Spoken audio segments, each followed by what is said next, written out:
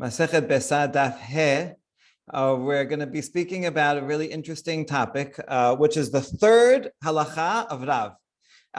As a tangent today, we're going to see the important law that once a bet din decides something, you need another bet din to undo it, even if the reason for it is no longer applicable. And that's going to be related to Yom Tov Sheni, as we'll see. Okay, but what we're talking about is an egg is born on one day. Can you have it on the second day? We already saw two permutations of it, and Rav talks about three different cases. Case number one is if you have Shabbat and Yom Tov back to back. Rav said it's prohibited on the second day. Doesn't matter if it's Shabbat and then Yom Tov or Yom Tov and then Shabbat, because these are two both for sure holy days. It's not safek. You know for sure it's Shabbat. You know for sure it's Yom Tov. Back to back, so it's considered one kedusha, and therefore it's prohibited, or because it's preparing, whatever reason. That's halacha, Rav's first halacha, which is stringent.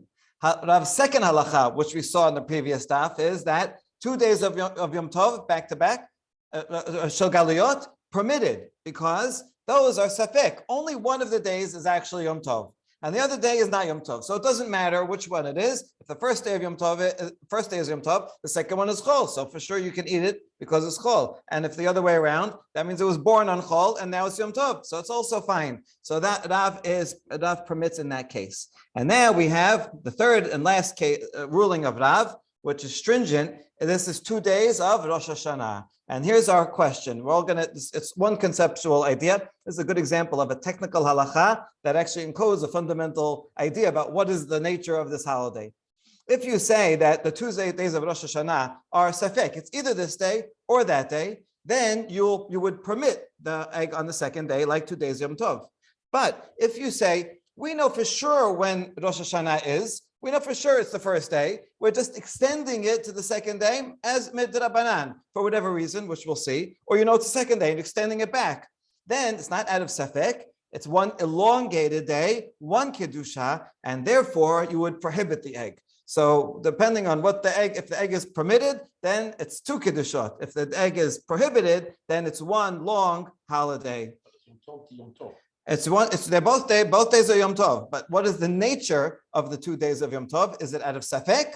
Then the egg is permitted. Is it out of we know what day it is. If you know what day it is and you're doing it anyway, that means you're considering it an elongated day. So that will be what we're going to do back and forth. We'll see Rav Shmuel's opinion that prohibit. Then we'll see Rabbah that brings in the Takana of Ribaz ben Zakkai, which we'll explain, and 3 opinions that disagree with Rabbah's statement. So let's jump right in. On the bottom of the previous page, Itemar Shnei Yamim Tovim Shel Rosh Hashanah Rab u'Shmuel Da'amre Tarvayu Noda Bazeh Asura Bazeh. So both Rav and Shmuel agree that Yom Tov is different from Rosh Hashanah is different from other 2 days of Yom Tov. If it's born on the first, it's prohibited on both the first and the second. How does he know that? Titnan. So now we're going to look to this Mishnah to prove that we consider it one elongated day. Barishonah hu mekabelin edut hachodesh kol hayom. Pam achat nishtahu ha'edim labo. So they had the Sanhedrin in Jerusalem, and they would accept the witnesses all day long on the 30th day of Elul, right? Which usually is going to be Rosh Chodesh. Almost every year it is. Elul is short. And so they're waiting all day. And it used to be they would accept them anytime, even 5 minutes before sunset. Come in, let's examine them quickly. And if they declare that day Rosh Hashanah, that's it. You have 5 minutes of Rosh Hashanah, and the next day will be Chol, right? Everybody go home. It means that they must have they didn't do melacha the whole day, because just in case, if the witnesses come, then retroactively it is Rosh Hashanah. Okay, so they're not going to do malacha the whole day. The problem is they can't do korban, the korban musaf for Rosh Chodesh and Rosh Hashanah until they actually come. And here's the problem: and they came so late that they didn't have time to do the korban, and the Leviim sang the wrong song when they did the korban tamid shel ben harbaim. And now there's no time to do any Rosh Hashanah specific requirements, and so they missed out on the whole Rosh Hashanah. So that wasn't good. So they said, listen, if the edim come before mincha, that's fine, because then we can sing the right song for Mincha, and they can still do the Korban Musaf, even though you usually do it before Mincha. Okay, we'll do it after Mincha, and we'll get everything in. But if they come after Mincha, then you know what? We're just going to lock the gates and say, sorry, right? We're not accepting you anymore. And they're going to declare the next day, right? And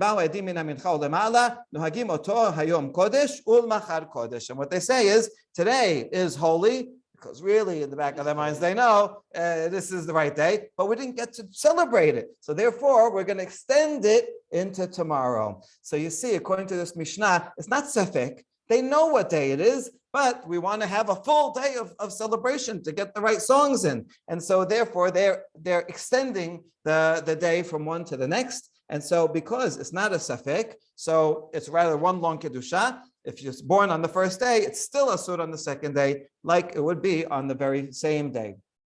Okay, that is Rav and Shmuel's opinion. That's only in Galut? Everywhere, right? Even in Yerushalayim, this would be the case, right? Because in Galut, they're doing 2 days no matter what, right? This is especially in Yerushalayim that they know the day, right? In Galut, it's actually a good question, but it's going to come up in a second. So we just talked about one takana, which is they used to accept it all day long. And then they decided, they came too late, okay, we're going to lock the doors during Mincha. After the destruction of the Bet HaMikdash, Rabbi Yochanan ben Zakkai went back to the original and said, we're going to accept the witnesses all day. And so Rabbah says, that which we just said, that the egg is prohibited on the second day, that was only before the Takana of Rabbi Yochanan ben Zakkai, in the second in-between stage. But after that, it goes back to being permitted. The egg is permitted on the second day. Let's see why. Ditnan. Once the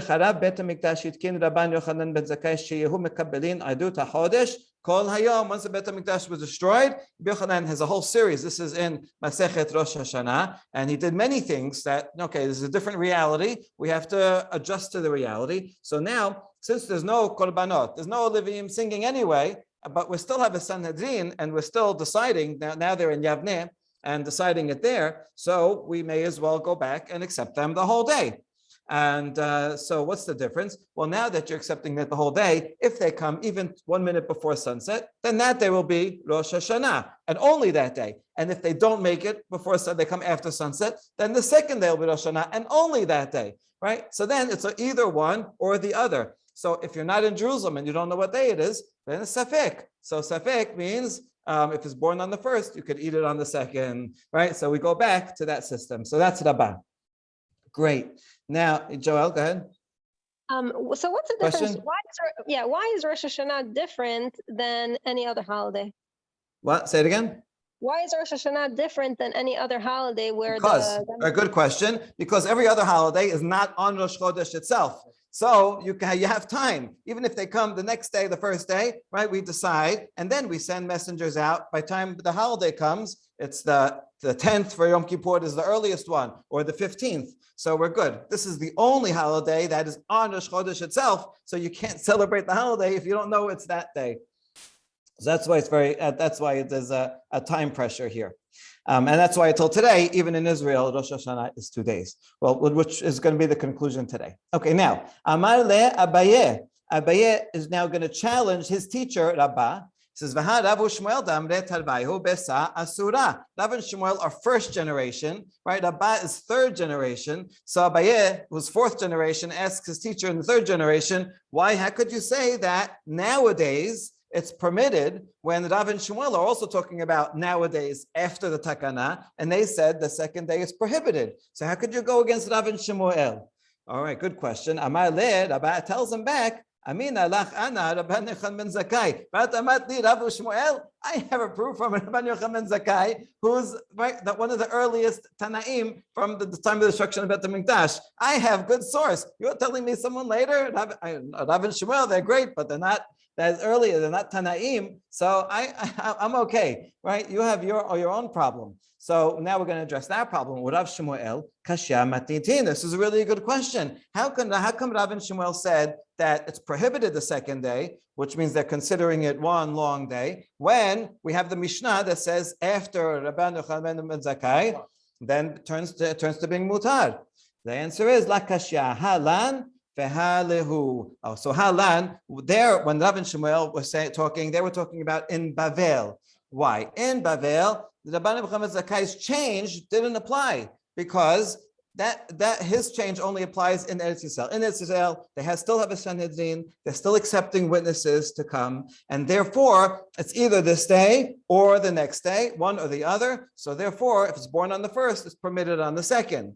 Whereas in Bavel, they kept the old system, the one before the Ban Yochanan Zakai, because what's the difference? Nothing changed, and they're considering it one long kedusha, and so therefore it's prohibited there.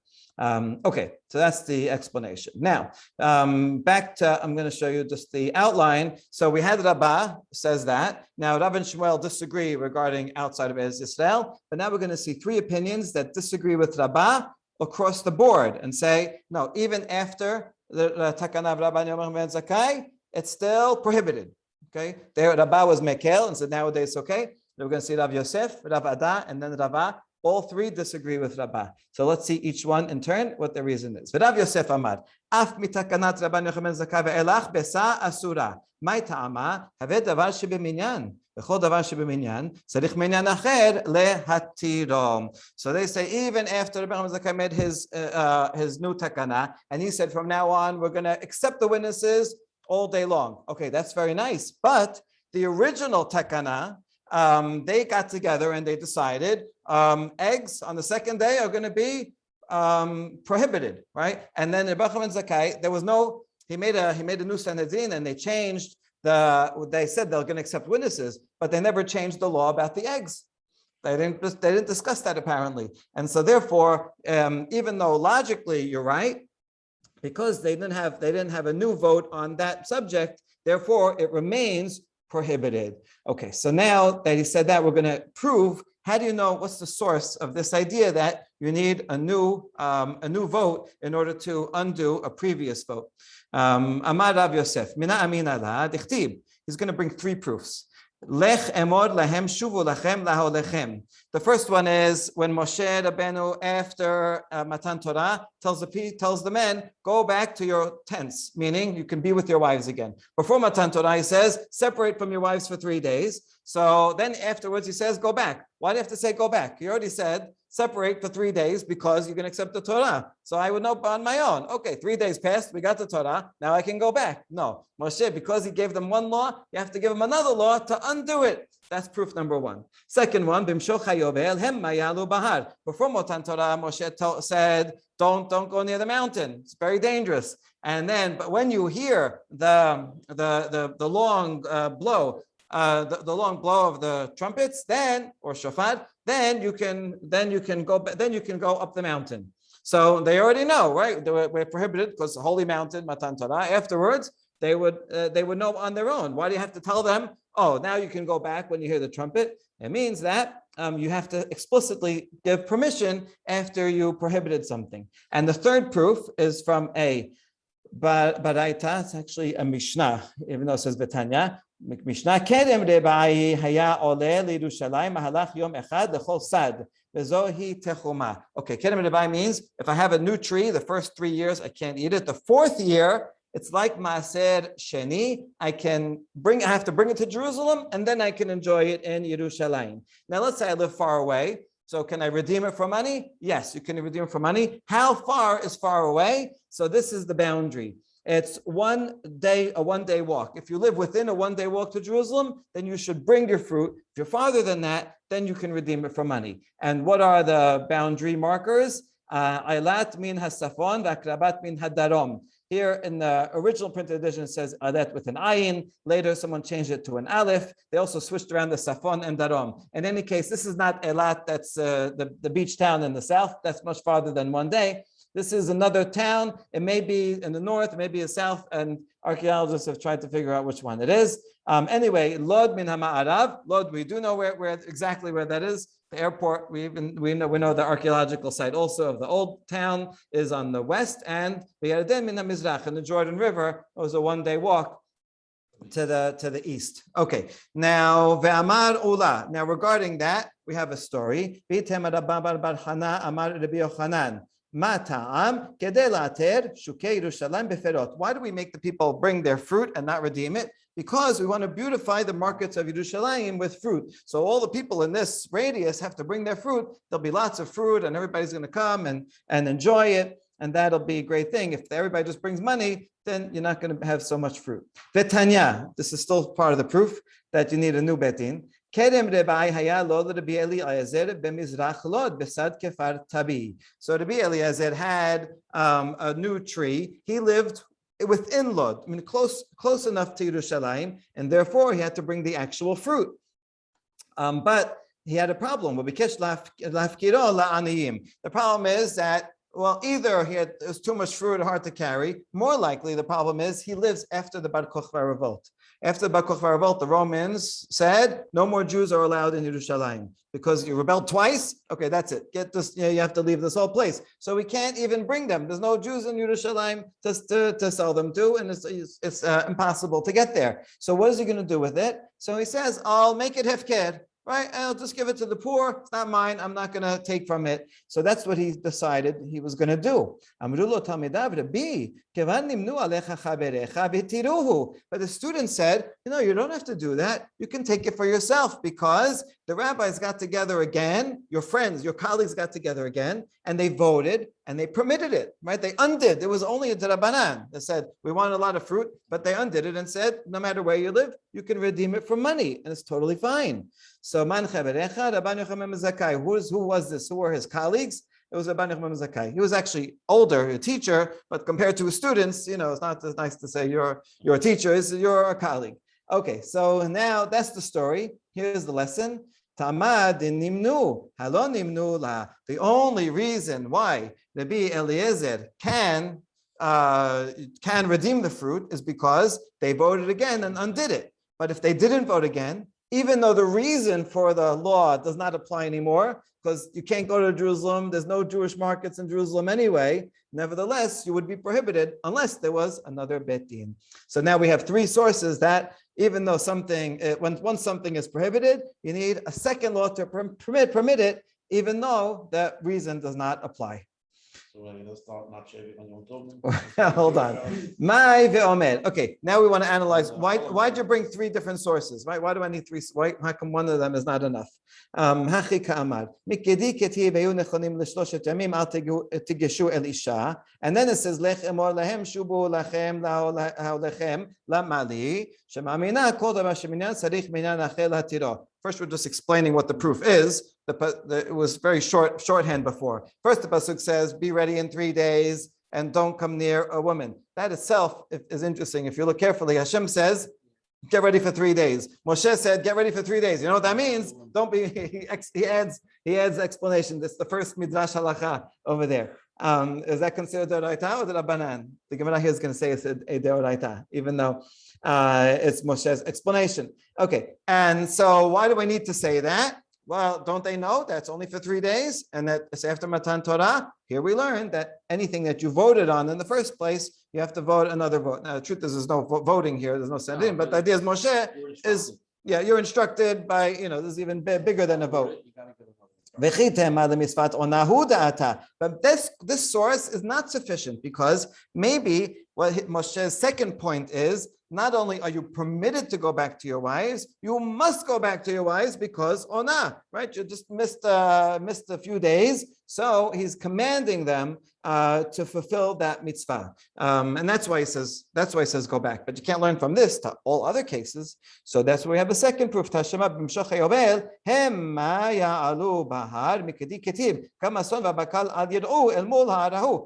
it says not even your animals can go near the mountain, and now it says so I know I can't go to the mountain because it's going to be holy, because Matan Torah. Why do you have to tell me after Matan Torah? I could figure it out myself that now I'm allowed to go. Why do I have to tell me that I should wait for the blow of the shofar? So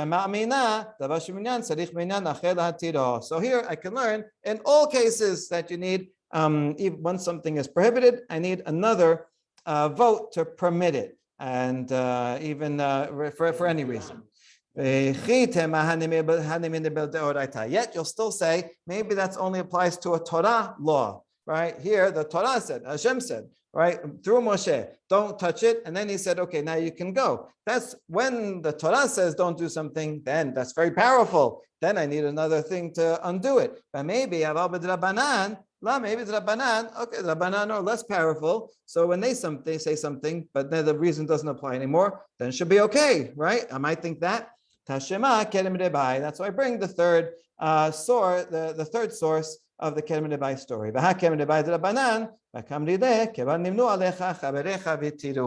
The law that if you live within one day walk of Kedem Rebai, you have to bring the fruit and you can't redeem it. All that is the Rabbanan. And nevertheless, the students of Rabbi Eliezer says, oh, the rabbis revoted, so therefore it's permitted. Only because they revoted is it permitted, otherwise it wouldn't be allowed. Okay, so good. Now this is a great source for this law of three different sources that you need a new takana.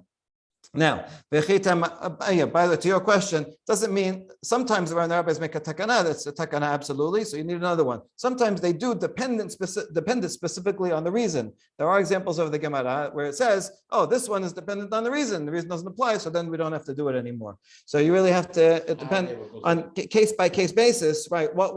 How did they formulate the Gezerah in the first place? I could show you some examples of that. Why did they legislate like that? Oh. Why don't they always say that? Because sometimes the reason that they say is not really the reason that they're doing it. For example, when they say, don't ride a horse because you might pull a branch and then hit it.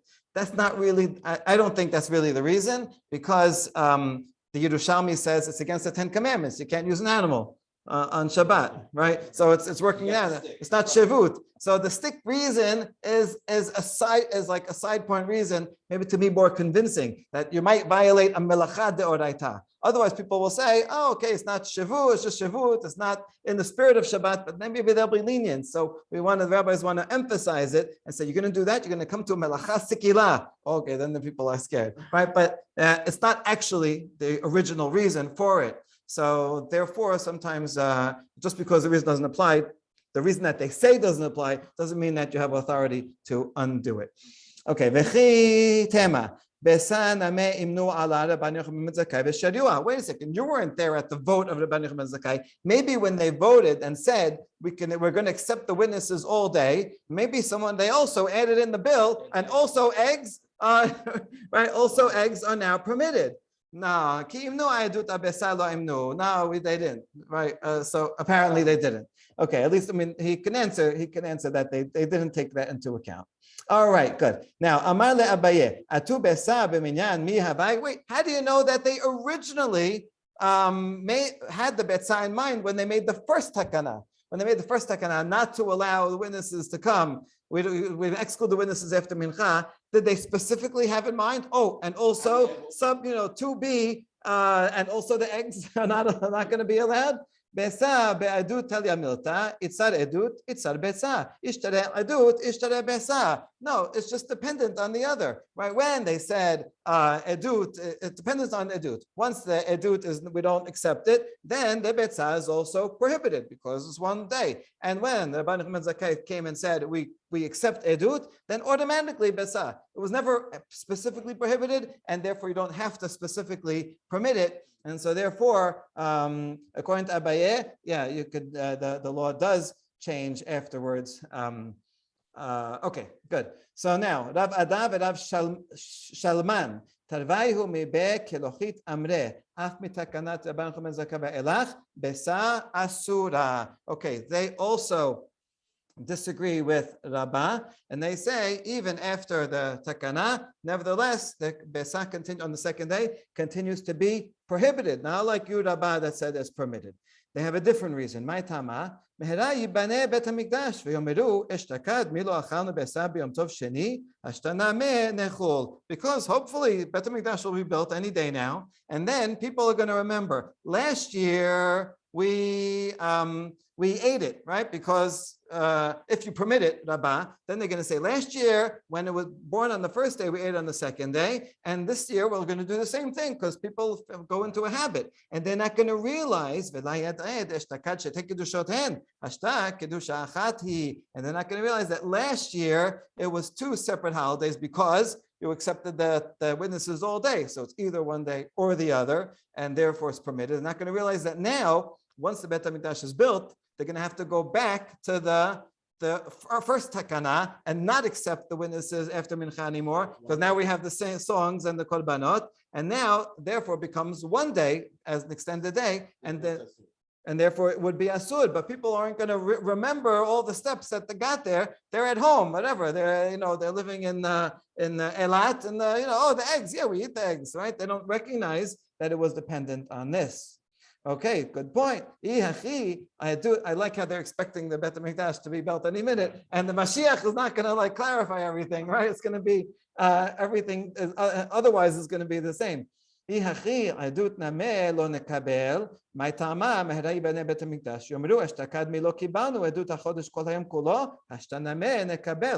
so, then we should go against Rabban Yochanan Zakai's whole takana, and we should not allow the witnesses to come after mincha, because maybe the Beit HaMikdash will be built, and they'll say, remember last year we accepted the witnesses 1 minute before sunset, so this year we can also accept the 1 minute before sunset. And they're not going to realize that, no, last year there was no Beit HaMikdash, so it was okay, but this year the Levim have to sing the right song, so maybe we shouldn't allow this whole the Takana of Ribaz. But it's the judges, they know. Very good. That's the answer.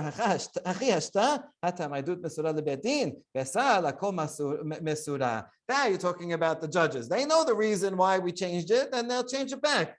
But the Beisah is for every Ama'aretz, right? He's eating his eggs. Every household has the eggs, and so they're not going to realize the change. And so we have to be more careful because they might go back to the original. Okay, the rabbis have to be psychologists too, right? To think about what people know and what people don't know. Okay, and the last challenge to Rabbah is by Rava, his student. Amar,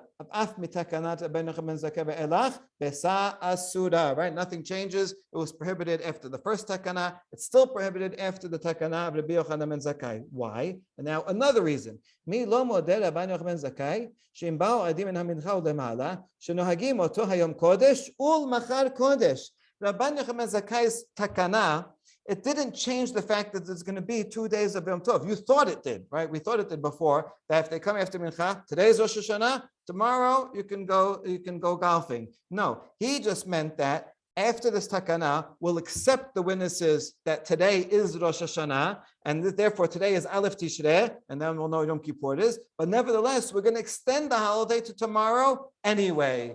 Right? Celebrating, you're going to make 2 days. Why? Maybe after all, everywhere else is doing 2 days, so we want to be the same and not have so many people different. The vast majority of Jews are going to do 2 days. So he said, yeah, next to tomorrow is 2 days also. The only difference is today will be 1 and tomorrow will be 2. This is actually a very important point, which is the 2 days of Rosh Hashanah are fundamentally different from all other 2 days. The other 2 days, the first day is fundamentally different from the 2 days of Rosh Chodesh.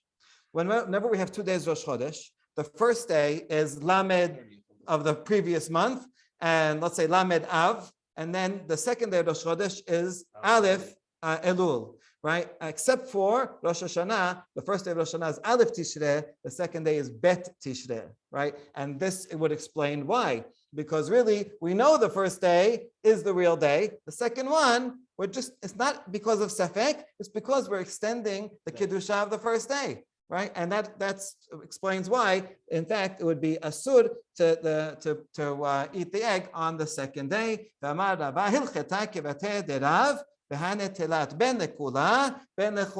Rabbah says, especially look after all these statements we said that rejecting Rabbah, right? We have 3 rejections of Rabbah. So in fact, we go back to Rav, and Rav said 3 different halachot, and let's review what they were. The one that we analyzed today was regarding Rosh Hashanah, and in that case, it's stringent.